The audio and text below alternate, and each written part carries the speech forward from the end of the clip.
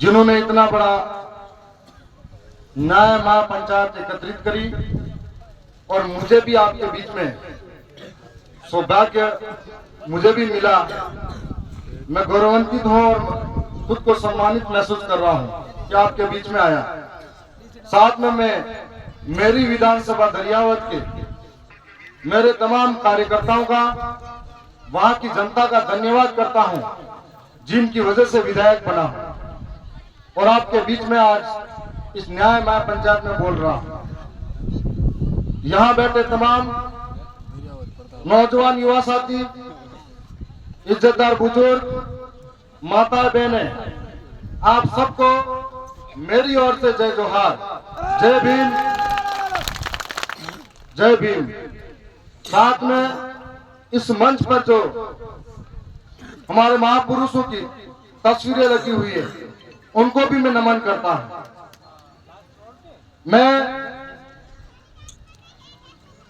आज आप सब ने अपनी अपनी बात बारी बारी से रखी और जो मेरे पास रिपोर्ट आई है इनको देखकर दिल दहला उठता है कि वास्तव में आजाद भारत के अंदर आज भी एसटी एससी माइनॉरिटी के साथ में इस तरह का अत्याचार चल रहा है।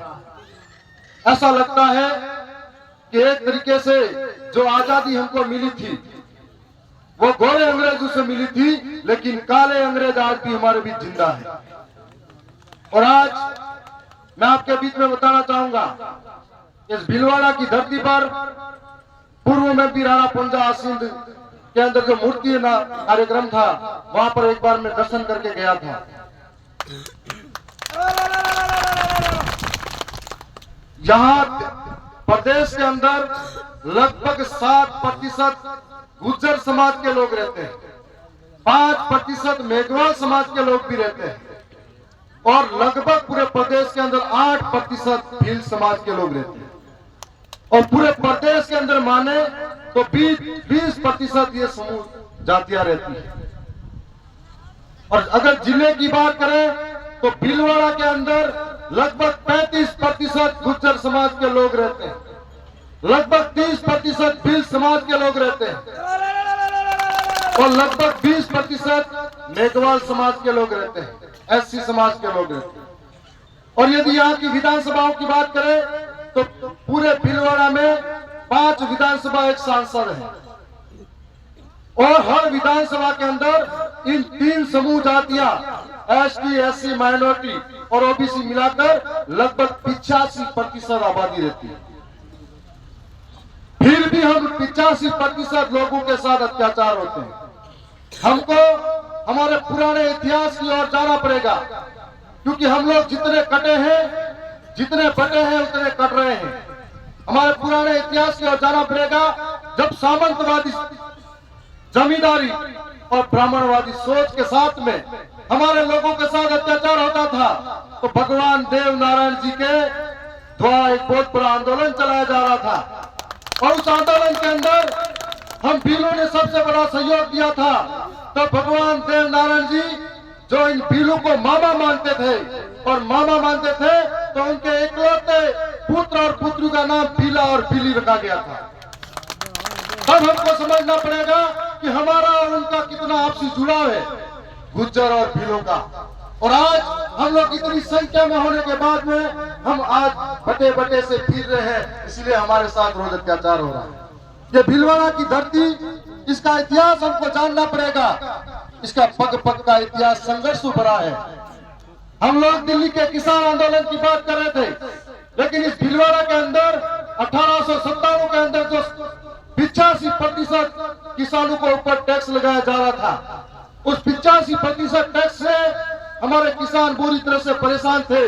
तब उन्होंने एक लंबी लड़ाई इस सामंतवादी सोच के खिलाफ जारी की थी और जब लंबी लड़ाई शुरू करी थी तो ये लंबी लड़ाई पूरे देश के लिए एक प्रेरणा बन गई थी, पूरे देश के किसान कौम के लिए एक प्रेरणा बन गई थी और पूरे देश के किसानों ने इसको लड़ाई को देखा था। और आज इतिहास के अंदर इतनी बड़ी लंबी लड़ाई सिर्फ भीलवाड़ा के अंदर लड़ी गई किसानों के द्वारा और 44 वर्षों तक यह आंदोलन चला था। तब ये कह सकते हैं कि जो बंजर जमीन को अपने पसीने से और बंजर जमीन से अन्न उगाकर पूरे देश का पेट भरने वाला किसान ऐसी सोच और ऐसी सत्ता को भी अपने कदमों में झुकाने का दम रखता है। और उस समय 44 वर्षों के आंदोलन के बाद में उन साम्राज्यवादी सोचों को और जमींदारों को झुकना पड़ा था। इसी तरीके से हम सबको क्रमबद्ध एक होना पड़ेगा, संगठित रहना पड़ेगा, तब आगे की लड़ाई जीतेंगे। दिल्ली के अंदर भी आज जो बात कर रहे थे हमारे संगा साहब कि दिल्ली के अंदर उन किसानों ने फैसला किया कि हम जिंदा हैं, जिस जमीन के ऊपर जिंदा है उस जमीन से हम प्रेम करते हैं, उस जमीन से देश का पेट भरते हैं, हम किसान कौम हैं। और आज भी किसानों के साथ, मजदूर के साथ में इस तरीके से अत्याचार हो रहा है कि एक तरफ हम लोग कह रहे हैं कि 5 जनवरी 2011 कैलाश बनाम महाराष्ट्र सुप्रीम कोर्ट का जजमेंट कहता है इस देश का मूल मालिक आदिवासी है, दूसरी ओर उस आदिवासी की हालत मजदूर से भी कई बीती हो गई है। दिनों दिन सरकारी कार्यालयों के अंदर इनको धक्का मार मार के चपरासी भी बाहर निकालता है। जो किसान अन्न उगाकर देश का पेट भरता है, उस किसान का बेटा इस बॉर्डर की रक्षा करने के लिए शहीद हो जाता है, उस किसान के साथ में दुर्व्यवहार होता है, किसान कर्ज के अंदर दब जाता है, सरकारें ध्यान नहीं देती है, किसान आत्महत्या के लिए मजबूर हो जाता है, किसानों को ठगा जाता है।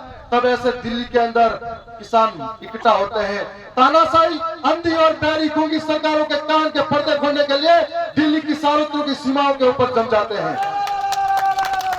हजार तरह के षड्यंत्र होते हैं इनके आंदोलन को कुचलने के लिए, कई साजिशें होती हैं, परंतु ये लोग हार नहीं मानते हैं। लगातार कई लोग अपनी कुर्बानी देते हैं और कुर्बानी देने के बाद में उस तानाशाही जो शासक था उसको भी किसानों के पैरों में झुकना पड़ा और काले कानून वापस लेने पड़े। तो आज हम सब इस बात को कहना चाह रहे हैं कि हमारे साथ अत्याचार रोज हो रहे हैं। कभी अहमदाबाद बंबई में मजदूर करने वाले किसान मजदूर भाइयों के साथ होते हैं, तो कभी हमारे साथ में अन्य तरीके से होते हैं।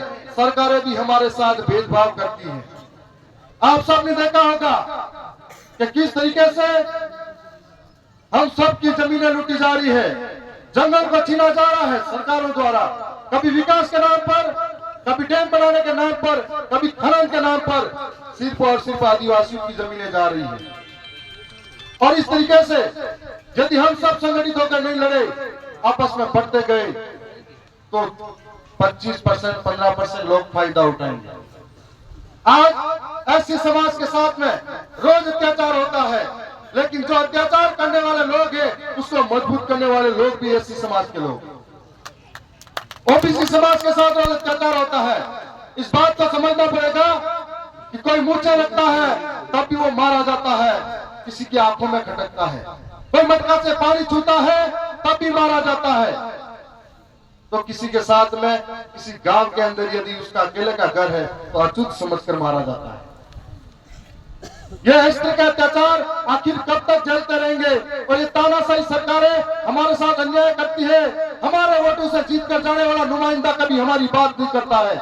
आखिर कब तक सहते रहोगे? आखिर कब तक सुनते रहोगे? आखिर कौन आपके लिए लड़ेगा?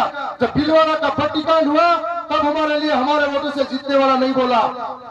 जब शंकर मेघवाल सरोवर के अंदर घटना हुई, हम सदन के अंदर खड़े होकर कह रहे थे कि एक देश के अंदर 2 विधान बढ़ा दिए हैं, एक को 35 लाख का मुआवजा, दूसरे को 50 लाख दे रहे हो।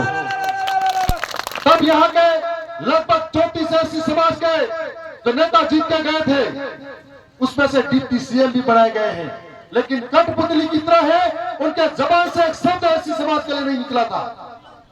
तब हमको सोचना पड़ेगा कि इस तरीके से पूजा भील के साथ में मावली के अंदर इस तरह की घटना होती है और इस तरीके का लगातार अन्याय होता है, अत्याचार होता है, कभी एसटी एससी के नाम पर, तो आखिर कब तक सुनते रहेंगे? इस सब का मौका है हम सबको, एससी समाज के भाइयों को भी, एसटी समाज के भाइयों को भी, ओबीसी और माइनॉरिटी के भाइयों को भी एक होकर एक साथ लड़ना पड़ेगा।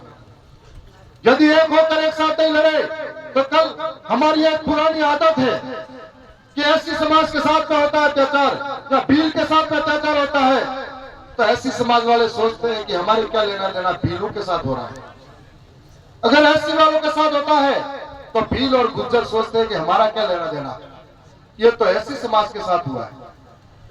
और इस प्रकार से यदि ओबीसी समाज के साथ में कोई अत्याचार होता है तो एससी और एसटी वाले सोचते हैं कि ओबीसी वाले के साथ हुआ, हमारा क्या लेना देना, और हम अकेले पड़ जाते हैं हमारी लड़ाई में। इन बातों का आपको और हम सबको समझना पड़ेगा। आने वाले समय में हम सब यदि एक होकर लड़ेंगे तो आगे बढ़ेंगे। दक्षिणी राजस्थान के अंदर आदिवासियों के इलाके में हम लोगों के साथ में बुरे अत्याचार होते थे, लेकिन एक एक नौजवान माताएं बहनें सक्षम हो गई हैं। मैं आपको बताना चाहूंगा, जो अभी जगदीश भाई पांडवर के भाई दिनेश जी की बात करे थे, हमारे वहां के लोग लोकतंत्र को समझते हैं और लड़ाई किस तरीके से लड़नी वो समझते हैं, क्योंकि लड़ाई आज के समय में तलवारों से नहीं लड़ी जाती, लड़ाई आज के समय में कलम से लड़ी जाती है, लड़ाई आज के समय में दिमाग से लड़ी जाती है। और वो लड़ाई हमारे इलाके के लोग लड़ रहे हैं। इस इलाके के लोगों को भी सीखना पड़ेगा, समझना पड़ेगा। आखिर 5 साल तक अगर इस तरह की घटना हमारे साथ होती है, हम लोग धरना प्रदर्शन करेंगे, हम लोग ज्ञापन पे ज्ञापन देंगे, हम लोग सड़कों पे बैठेंगे। अगर 1 लाख लोग सड़कों पे बैठेंगे और एक व्यक्ति को विधानसभा और संसद में भेजोगे, आपकी आवाज बराबर है। तो हमें इस तरीके को समझना पड़ेगा। और जब जब 5 साल तक हमारे साथ अत्याचार होता है, अन्याय होता है, तब वो बात भूल जाते हैं। जब हमारी बारी आती है एकजुट होने की, तब हम इन 10-20 दिनों के दिन चकाचौंध में हो जाते हैं। तब हम जाति में बढ़ जाते हैं, हम लोग एसटी एससी ओबीसी में बढ़ जाते हैं।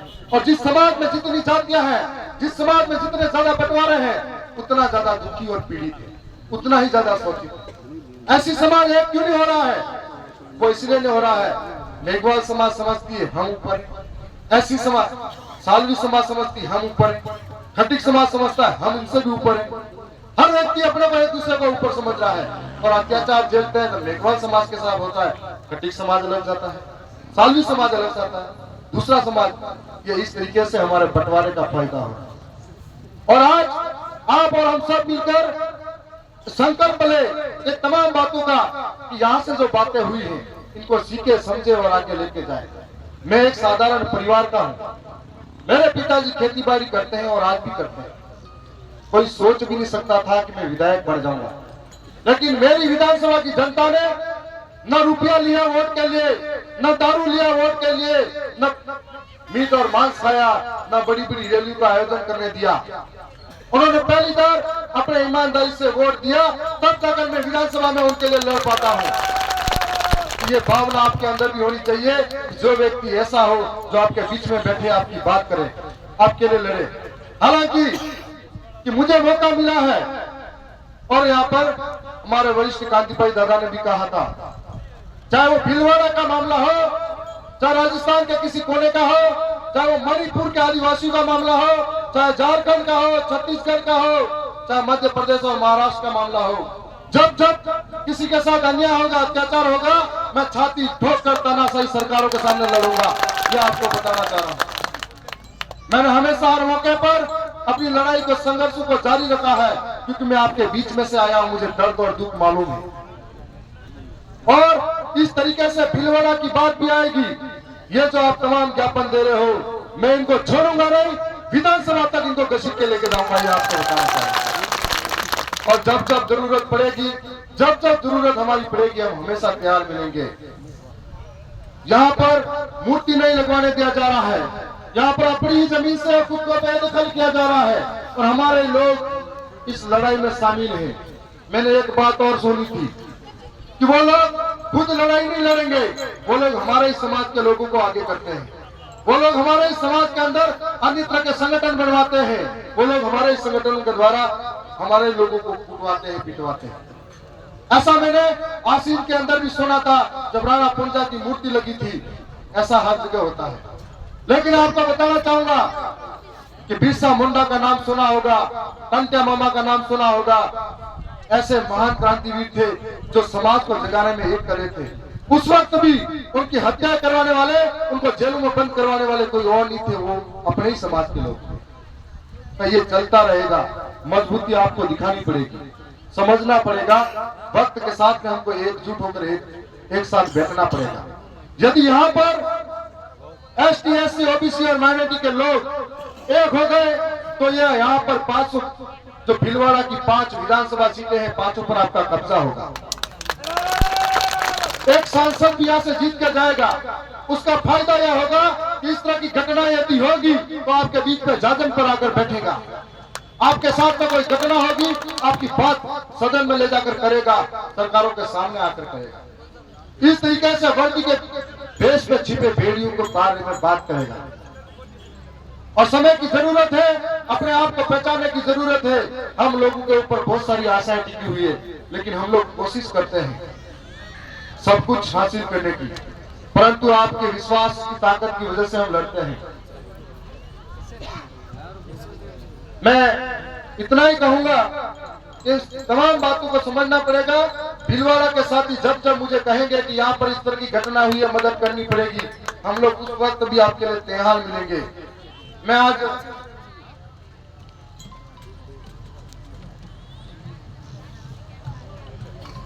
मेरे 2 वर्ष की बेटी है, बीमार है और उदयपुर में एडमिट है। 3 बजे मैं सोया और 6 बजे उठकर आपके बीच में आया हूं।